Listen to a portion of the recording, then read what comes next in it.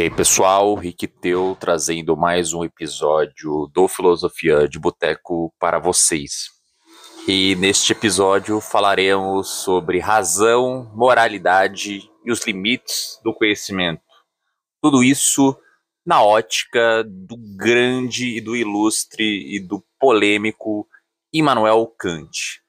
Pegue então a sua caneca, o seu copo, a sua mamadeira, porque hoje a gente vai falar com um dos caras mais crânios da filosofia.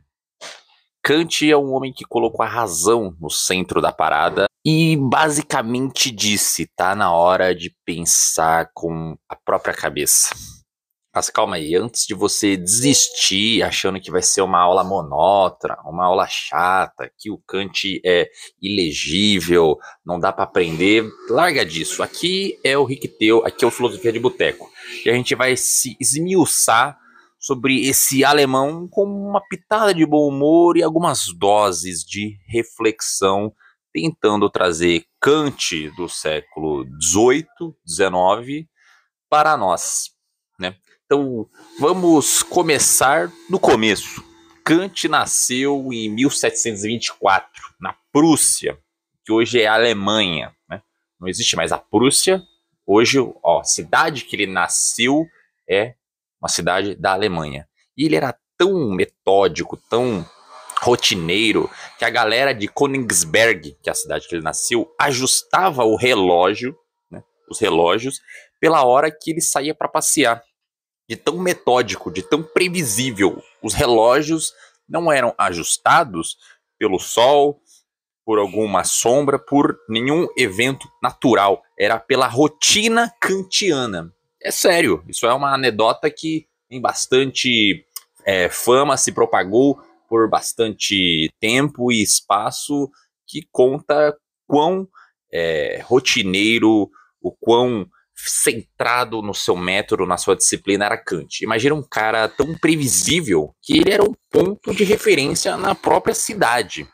Mas não se engane com isso. Por trás dessa rotina bastante rigorosa, tinha uma mente sensacional e brilhante.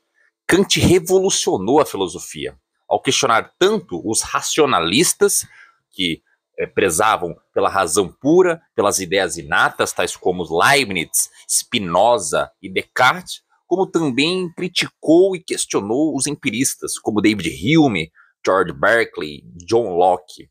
Ele não queria só saber o que a gente pode conhecer, mas também como a gente conhece. Então é por isso que Kant ele dá uma revolucionada, ele inova. Então, segura essa. Kant, na sua visão, faz uma revolução copernicana na filosofia. O que isso significa? Bom, antes dele, a galera achava que o conhecimento tinha que se adaptar ao mundo. E Kant disse, bom, e se for o contrário? E se é o mundo que se adapta ao nosso modo de conhecer? E por que revolução copernicana? Porque antes de Copérnico, a Terra era o centro do universo, era o ponto de referência, né? Era o modelo geocentrista. Com Copérnico há essa inversão. A Terra não é mais o centro. A Terra passa a gravitar sobre um astro junto com outros planetas. Se torna heliocentrista. O Sol é o centro. Kant faz isso. Ele tira o mundo do centro e coloca o sujeito, a mente, o nosso modo de conhecer. Em outras palavras, a gente não conhece o mundo como ele é em si. A gente conhece o mundo como ele aparece para a gente, filtrado pelas nossas estruturas mentais. É como colocar um tipo de óculos com lentes coloridas. Imagine aqueles óculos antigos de 3D, no qual uma lente era azul e outra era rubra, né? A outra era vermelha, para você poder olhar. Você vai estar visualizando as coisas com aquela tonalidade azulada e avermelhada. O mundo pode ser de uma cor, mas a gente só vai ver pelas lentes que está usando. Então, imagine que o mundo é cinza, inteiro cinza, mas você só percebe pelas lentes desse óculos vermelho e azul. Então você verá vermelho e azul, você verá o mundo, mas verá dentro das estruturas que está permitindo você ver. E se você retira o óculos, para Kant, você não enxerga. Então, somente temos acesso a esse conhecimento por meio dessas estruturas que condicionam uma certa forma, uma certa aparência. Então, conhecemos o mundo não pelo que ele é, mas pelo que ele aparece para nós. E essa análise se dá na obra-prima de Kant, no seu magnum opus, no seu livro principal, que é a Crítica da Razão Pura. E o título dessa obra já entrega mais ou menos o rolê que ele vai percorrer. Ele está criticando os limites da razão. Ele quer saber até onde podemos ir. Qual é a fronteira do cognoscível para o incognoscível? A fronteira do que se pode conhecer, daquilo que não se pode. O que a gente pode, de fato, conhecer usando a razão. E Kant ele divide o conhecimento em duas categorias, a priori e a posteriori. Conhecimento a priori é aquele que a gente tem antes da experiência, né? A priori já dá esse ar de anterior, de algo que vem antes, algo prévio. Um exemplo disso para Kant é a matemática. Por quê? Porque não precisamos da experiência sensorial. Experiência, leia-se algo que necessita dos sentidos, tais como o olfato, o paladar, a visão, o tato, passar por aquilo. A experiência seria o uso dos sentidos, enquanto o a priori seria tão somente o uso da razão mental. Apenas você refletindo, idealizando, você consegue chegar a uma informação. Já o conhecimento a posteriori vem da experiência, né? Vem posterior. Um exemplo disso é saber que um fogo queima, que o seu celular é azul, vermelho, que a mesa é dura ou macia. É um conhecimento que você precisa passar por ele para conhecê-lo. Você precisa tocar, ouvir, sentir. Ele vem depois da experiência. E tem até um pouco mais, ele separa as coisas em fenômeno e númeno. O fenômeno é o que a gente percebe, é o que a gente consegue visualizar. E já o númeno é a coisa em si, que para Kant a gente nunca pode conhecer de forma direta. A gente está preso num mundo fenomênico, num mundo de percepções. E é aqui que Kant quebra as pernas dos dogmáticos que achavam que dava para conhecer tudo. Porque Kant diz que não conhecemos o conhecimento em si, mas apenas o conhecimento que aparece. E isso revolucionou totalmente a metafísica, a epistemologia e toda a ciência da época. Porque se não conhecemos mais a coisa em si, talvez tenhamos que mudar a metodologia científica, né? Então, Kant consegue fazer a mesa cair de ponta cabeça e temos que pegar todas as pecinhas novamente e recomeçar. Agora, um outro ponto muito intrucado de uma obra tão fodida quanto a Crítica da Razão Pura é a Crítica da Razão Prática. Que aqui ele vai falar de ética, de moralidade e até um pouco de direito, embora ele trate do direito em outras obras. E, meu amigo, se você acha que ética é algo sobre ser bonzinho, é algo mais fácil do que a metafísica e a epistemologia, bom, Kant vai te dar uma rasteira, uma chave de braço e um tapa na cara muito filosófico. Kant tem a visão de que a moralidade não depende das consequências das nossas ações, mas sim das intenções. Kant critica o utilitarismo, a visão de que a consequência da ação, o resultado da nossa conduta é o que importa. Para ele é a intenção, é como se faz a ação e não o que acontece após a ação. Ele criou um famoso imperativo categórico, que é como se fosse uma regra de ouro, uma norma para seguirmos, que prescreve o seguinte conceito de ação. Age apenas segundo uma máxima que se possa querer que se torne uma lei universal. Em algumas palavras mais simples, mais tranquilas, significa faça só aquilo que você gostaria que todo mundo fizesse. E o que significa isso? O que é essa regra? Age apenas segundo uma máxima. máxima para Kant é como se fosse um juízo de valor que você tem na sua mente. É como se fosse um conselho que você dá para si mesmo que você vai seguir. É como se fosse uma regra de aconselhamento para algo. Haja apenas segundo uma máxima que possa querer que se torne uma lei universal. O que seria isso?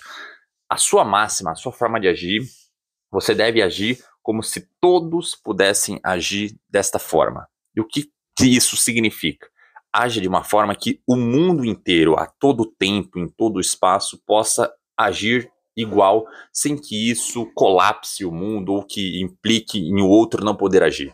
Essa lei universal seria como se o universo tivesse feito uma lei natural, uma lei como a gravidade, como a entropia, no coração do homem para a moral. Então, a busca da moralidade é se adequar ao mundo natural. Isso significa que mentir é errado, independente do motivo.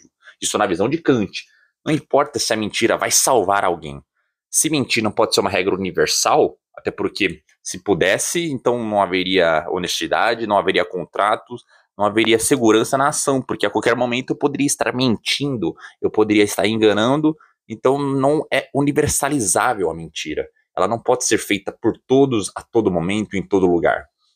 Então, se ela não pode ser uma regra universal, então não deve ser feito. É bastante radical, não é? É bastante controverso, bastante polêmico, gerou muitas contendas sobre isso. Mas também pode ser visto de uma forma bastante coerente, bastante coesa e harmônica. Kant não dava ponto sem nó. Kant tentou fechar um sistema buscando ter total controle sobre os limites do que podemos conhecer, do que podemos agir e do que podemos sentir. E ele criou esse sistema que se chama idealismo transcendental. Ele não está dizendo que o mundo é uma ilusão. Ele está dizendo que a realidade que a gente conhece é sempre moldada pelas estruturas da nossa mente. Isso mudou tudo na filosofia, porque isso significa que o conhecimento humano é limitado. Ele tem um limite, ele tem alguns momentos de empacamento e de impossibilidade de superação. A ciência pode explicar muita coisa, mas nunca vai explicar tudo. Sempre vai ter um véu, sempre vai ter um pano, sempre vai ter um borrão que a gente não vai conseguir transpor, que a gente não vai conseguir levantar. E depois de Kant, a filosofia nunca mais foi a mesma. Depois da construção ética, a construção metafísica dele, nunca mais houve como a filosofia era. Tudo mudou. Ele influenciou todo mundo, de Hegel a Nietzsche, de Marx a Foucault. E até hoje a gente discute ética, epistemologia, metafísica. Acabamos tendo que passar por Kant, passar pelas críticas dele, pelas construções, pelas afirmações dele. E olha só, até nas discussões sobre inteligência artificial, realidade virtual, as ideias de Kant fazem bastante sentido.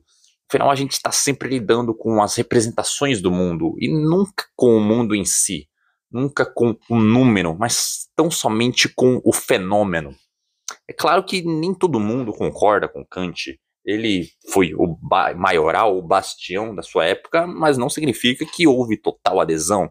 Tem gente que acha que ele é super difícil, complicado, chatíssimo. Um exemplo disso é Nietzsche, que não tinha muita paciência para a ética kantiana. Ele dizia que o imperativo categórico, agir como se a sua máxima pudesse ser uma lei universal, era uma coisa de ressentido, de alguém fraco, de alguém que não vivia a vida como ela deveria ser vivida, que estava totalmente preso nas razões e nas idealidades. Mas, quer você goste ou não, não dá para ignorar Kant. O cara é uma pedra, o cara é uma rocha fundamental e basilar da filosofia ocidental. Se você quiser entender o mundo, ou pelo menos tentar entender o mundo, precisa passar pelo Kant. Ele é uma parte da jornada de compreensão e de aprimoramento intelectual inevitável. Então é isso, galera. O Kant ele pode até parecer difícil. Eu nem adentrei em outras questões a mais, porque a obra dele é vasta, a sua abordagem muito sistemática, muito metódica, renderia quase que um podcast inteiro, uma temporada inteira, mas as suas ideias são fundamentais para entendermos quem somos, o que podemos conhecer, como devemos agir. Se você ficou com a cabeça cheia, fervilhando, está aí totalmente confuso, mas fascinado, parabéns. O objetivo da filosofia, seja do Kant ou do Filosofia de Boteco, é esse mesmo. Bagunçar a mente para reorganizar o pensamento e trilhar um caminho de compreensão, entendimento e aprimoramento. Até a próxima e se lembre, sapere aude, ouse saber, ouse desafiar os limites da razão.